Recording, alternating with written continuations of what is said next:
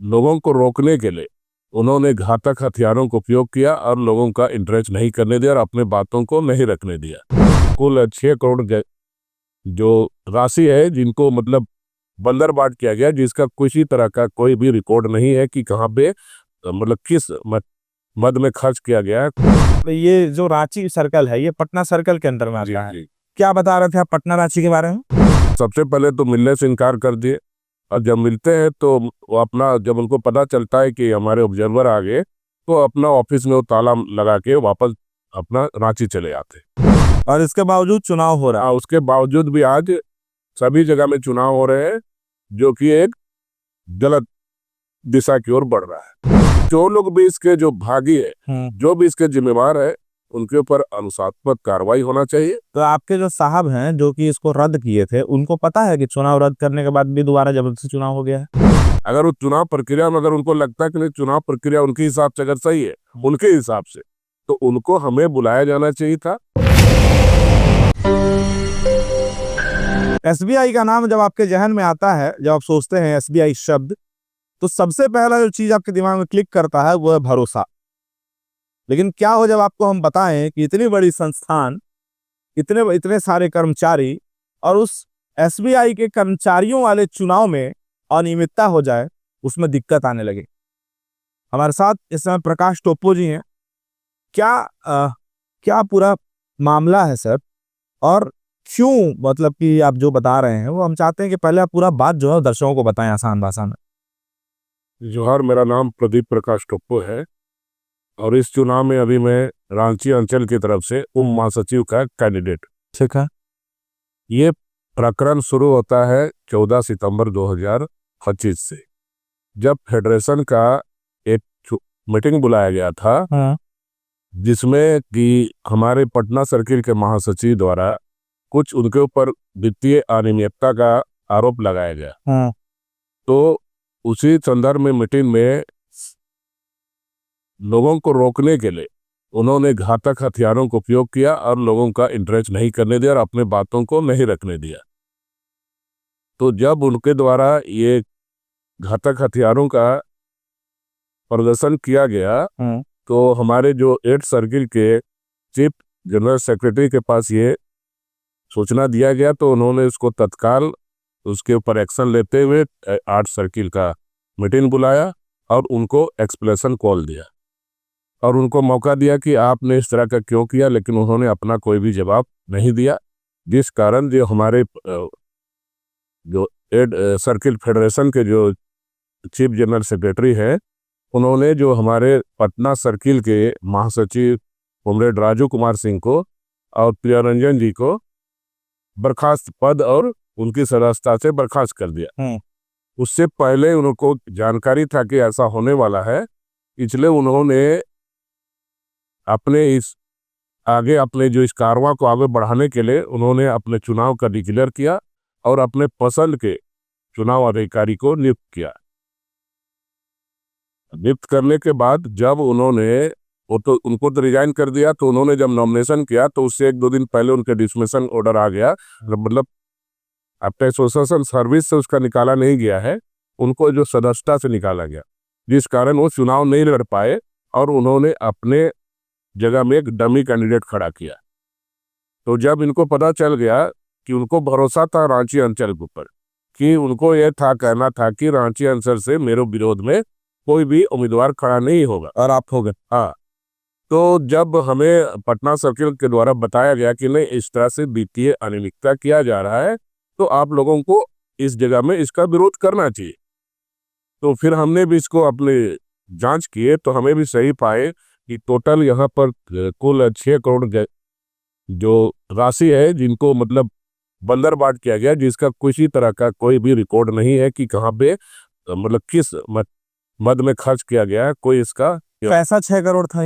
ये 6 करोड़ वो पैसा है जो हम लोग जो भी सदस्य होते हैं, हर महीना हर सदस्य से 200 रुपया सदस्यता शुल्क दिया जाता है।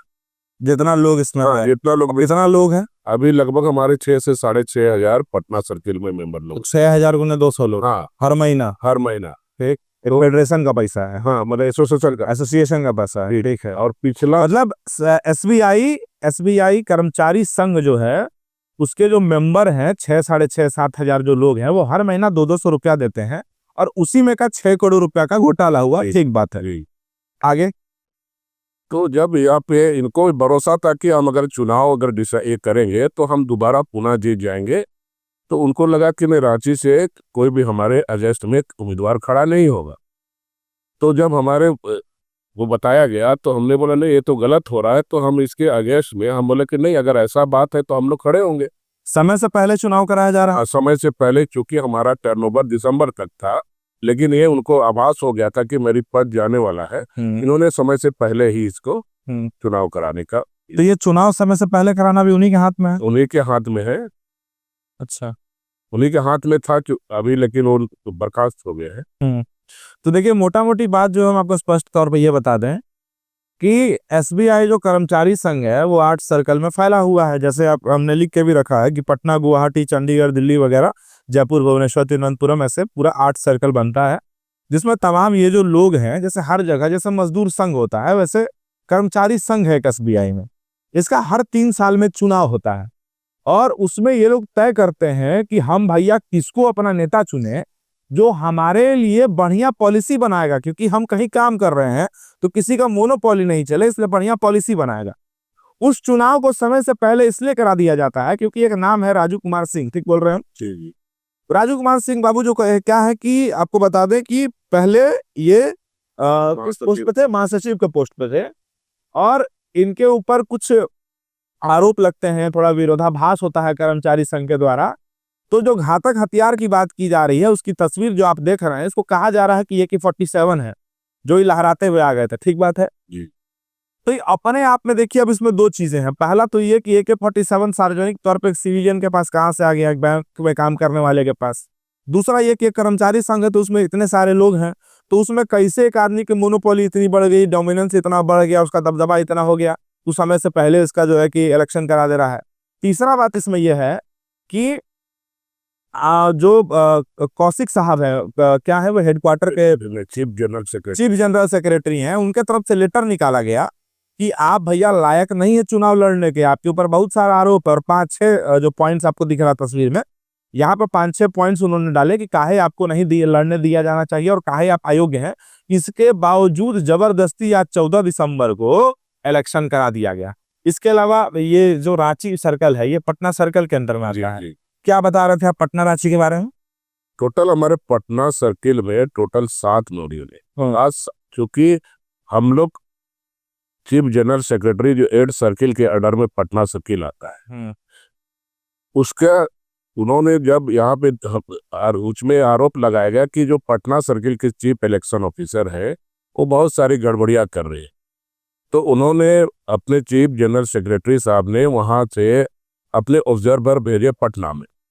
तो वहाँ जब पटना में उन्होंने आते हैं और उसे जब चीफ इलेक्शन ऑफिसर से मिलते हैं तो सबसे पहले तो मिलने से इनकार कर दिए, और जब मिलते हैं तो वो अपना, जब उनको पता चलता है कि हमारे ऑब्जर्वर आ गए, तो अपना ऑफिस में वो ताला लगा के वापस अपना रांची चले जाते। तो उन्होंने काफ़ी उनसे फ़ोन के द्वारा भी संपर्क किया जाता है, लेकिन वो संपर्क नहीं, मतलब उनसे मिलते नहीं है। लास्ट में उन्होंने काफ़ी प्रयास किया कि आप, उन्होंने कुछ लेटर दिए कि हमको फलाना ये कागजात चाहिए, लेकिन उन्होंने किसी भी तरह का कागजात नहीं दिया और ना तो उन्होंने उनसे सहयोग किया। ये लिखित रूप में? हाँ, लिखित रूप में, रिटर्न में है। तब जाके जो भी ऑब्जर्वर थे उन्होंने अपना रिपोर्ट हमारे चीफ जनरल सेक्रेटरी को सबमिट किया। तो 12 तारीख को शाम को ये निर्णय लिया गया कि इसमें पटना सर्किल के चुनाव में बहुत सारे अनियमितता हो रहे हैं, जिस कारण से उन्होंने आर्टिकल 43 SBI ऐसे के आर्टिकल 43 के तहत, क्योंकि वो हमारे जो सर्कल है या तो 8 सर्किल है, उनके सर्वे सर्वा जो संरक्षण होने के नाते इसको, मतलब जो अनियमितता होने के कारण देखा कि अनियमितता हो रहा है, तो इसलिए वो चुनाव को ही रद्द कर दिया गया। और जिसका सर्कुलर भी उन्होंने, और इसके बावजूद चुनाव हो रहा है। उसके बावजूद भी आज सभी जगह में चुनाव हो रहे हैं, जो कि एक गलत दिशा की ओर बढ़ रहा है। तो इसको हम ऐसे भी कह सकते हैं आसान भाषा में कि जो लोग को चुना जाना चाहिए आपका बढ़िया करने के लिए, वही लोग के चुनाव में मतलब कि गड़बड़ घोटाला है, यही बात है जी। तो ये बताइए प्रदीप जी कि आप लोग क्या चाहते हैं, इस मामले में क्या होना चाहिए? हम लोग यही चाहते थे कि चुनाव जब भी हो निष्पक्षता के साथ हो, और निष्पक्षता के साथ हो जो लोग सही लोग इस एसोसिएशन में आए, और जो हमारे जो ये एसोसिएशन का काम है वो एक हमारे लिए अच्छे पॉलिसी बनाए, ताकि हम भी एक अच्छे माहौल में एक अच्छे परिवार एक तरह के रह सके, ताकि हम भी एक बैंक अगर हमारा बैंक रहेगा तभी हमारा एसोसिएशन रहेगा। अगर जब हम इस तरह से हम अपने साथी को अगर प्रोटेक्ट ही नहीं कर पाएंगे, क्योंकि अगर हम ही खुद ही लड़ते रहेंगे तो स्वाभाविक है कि हमारा मैनेजमेंट हमारे पर हावी रहेंगे, मतलब हम अपने कर्मचारी के पेपर में उनसे बातचीत नहीं कर पाएंगे। तो हम चाहते हैं कि ये निष्पक्षता से चुनाव हो, लेकिन आज जो चुनाव हुआ है क्योंकि जनरल सेक्रेटरी का चीफ जनरल सेक्रेटरी द्वारा इसको निरस्त कर दिया गया था, तो जो लोग भी इसके जो भागी है, जो भी इसके जिम्मेवार है, उनके ऊपर अनुशासनात्मक कार्रवाई होना चाहिए। तो आपके जो साहब हैं जो कि इसको रद्द किए थे, उनको पता है कि चुनाव रद्द करने के बाद भी दोबारा जबरदस्ती चुनाव हो गया है? हाँ, उनको हमारे जो पैनल है, जो चूंकि ये पैनल में वोटिंग होता है, तो हमारे जो महासचिव के जो उम्मीदवार है कॉमरेड मुन्ना कुमार झा जी, तो उन्होंने हम लोग को कल ये मीटिंग लिया और बोले कि नहीं, क्योंकि यहाँ पे इस तरह से हो रहा है, क्योंकि चुनाव कैंसिल हो गया है, तो इसलिए कैंसिल हो गया तो हम लोग को उसमें जाने की आवश्यकता नहीं है।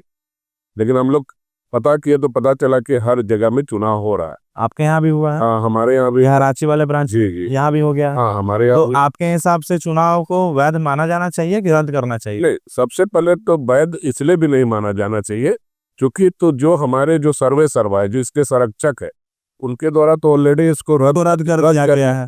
अब दूसरा, अगर हम लोग चूंकि एक एसबीआई के एम्प्लॉय है, इसलिए लगभग हर चुनाव में हम लोग चुनावी ड्यूटियों में जाते हैं, इसलिए हमें इसका प्रोसीजर बहुत अच्छे से पता है कि जब भी कोई चुनाव होता है, तो जब कोई भी चुनाव होता है तो जब बैलेट बॉक्स होता है तो दोनों पक्षों के द्वारा उसको मतलब दिखाया जाता है कि खाली है, भरा हुआ है, इसको सील किया जाता है। लेकिन चूंकि मैं रांची का उप महासचिव होने के नाते मैं इसको हेड कर रहा था, तो उनको अगर वो चुनाव कर रहा है, सबसे पहली बात हम उस चुनाव प्रक्रिया में नहीं थे। अगर उस चुनाव प्रक्रिया में अगर उनको लगता है कि नहीं, चुनाव प्रक्रिया उनके हिसाब से अगर सही है, उनके हिसाब से, तो उनको हमें बुलाया जाना चाहिए था, लेकिन उन्होंने कभी हमको नहीं बुलाया। पारदर्शिता नहीं है। पारदर्शिता नहीं हो सके, उन्होंने कोई चुनाव ना कराया दिया, उस बैलेट बॉक्स का दर्ज पहले से सील किया हो, ऐसा भी हो सकता है। तो आसान भाषा में भैया देखिए बात यही है, इतना सा है कि ये जो लोग हैं जो एसबीआई को एसबीआई बनाते हैं, एसबीआई को जनता एसबीआई बनाती है, लेकिन उस जनता के पैसे को एसबीआई का जो मैनेजमेंट है वो ये लोग बनाते हैं। तो इनका एक अपना संघ होता है, मतलब कि जो पॉलिसीज इनके लिए बनाएगा कि ये लोग कैसे काम करेंगे, कि प्रदीप प्रकाश टोप्पो जी कहीं आगे चल के कुछ गलत नहीं करते, तो एक संघ है जो उसको मॉनिटर करता है और रेगुलेट करता है। उसमें चुनाव हुआ जाता है कि कौन इसका सचिव रहेगा, कौन अध्यक्ष रहेगा, जैसे लेबर यूनियन में होता है, जैसे पत्रकार संघ में होता है। उस चुनाव में ही अनियमितता है। तो आप सोचिए कि आप जिस बैंक में जा करके पैसा रख रहे हैं, उस राष्ट्रीय बैंक में, जिसका राष्ट्रीयकरण इसीलिए किया गया कि भरोसा रहे, उसको रेगुलेट करने वाले जो कर्मचारी हैं, उनका जो संघ है वही घोटाले में लिप्त है। काहे कि वो अपना चुनाव ठीक से नहीं करा पा रहे हैं। तो सोचिए कि जो पॉलिसीज होंगी, जो इनको लेकर के चीजें होंगी, वो कितना सही और कितना गलत होगा। अभी आप लोग आगे क्या करने वाले हैं? आगे इसमें हमारा तो कोई रोल नहीं है आगे, क्योंकि ये चीफ जनरल से कोई लिखित शिकायत है ऐसा कुछ? नहीं, हमारा कोई लिखित शिकायत इसमें नहीं है, क्योंकि ऑलरेडी जिसके अंदर में हम आते हैं वो तो ऑलरेडी कैंसिल का उन्होंने जारी लेटर प्रेस व्यक्ति कर दिया। इसमें हमारा अभी कोई रोल नहीं है। जो रोल है, जो 8 सर्किल के जो चीफ जनरल सेक्रेटरी है, वो जो जनरल बॉडी है, वो लोग जो भी निर्णय लेगा वो सभी को मान्य होगा। तो मतलब अगर वो लोग निर्णय ले लिया कि चुनाव से होना चाहिए तो होगा? बिल्कुल। और वो लोग बोला कि रद्द है तो रद्द है। हाँ, लेकिन कायदे से तो ये गलत है। नहीं, चूंकि उन्होंने तो निर्णय ले लिया तो कैंसिल हो चुका है। हाँ, तो ये कैंसलेशन के बावजूद अपने मन से किया गया। तो ये कुछ हाल है। बाकी हमारे साथ प्रदीप प्रकाश टोप्पो जी थे, जो ये बता रहे थे कि जो कर्मचारी संघ का चुनाव है उसमें किस प्रकार से दिक्कतें, किस प्रकार से घोटाला। ये जो आप हथियार लहराने की बात कर रहे हैं, AK-47 कहा जा रहा है, AK-47 तो सिविलियन के पास नहीं होना चाहिए। इसमें कुछ कार्रवाई हुआ राजू कुमार सिंह के खिलाफ?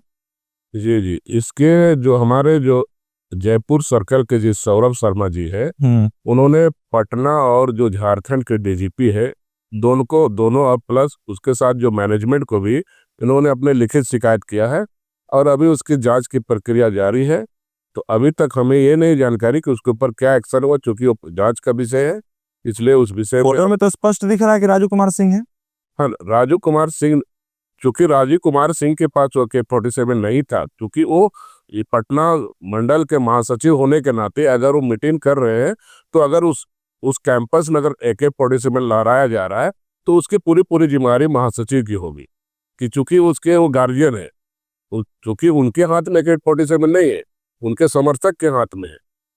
तो चूंकि उस कैंपस और ऐसे व्यक्ति के ऊपर ये भी आरोप है कि चुनाव समय से पहले करा दे रहे हैं। हाँ, चुनाव चूंकि दिसंबर में और कैंसिलेशन लेटर के बावजूद करा दे रहे हैं। हाँ जी, तो आप समझ सकते हैं कि मतलब जहां आपको भरोसा, हमने शुरू में कहा ना इंट्रो में कि SBI शब्द का मतलब ही भरोसा होता है, और वहीं ये सारी चीजें चल रही हैं। बाकी देखते हैं कि इस पूरे प्रकरण में क्या कुछ होता है। चुनाव रद्द होने के बावजूद चुनाव हो जा रहा है, जबरदस्ती कैसे चुनाव हो जा रहा है तो समझ से परे है।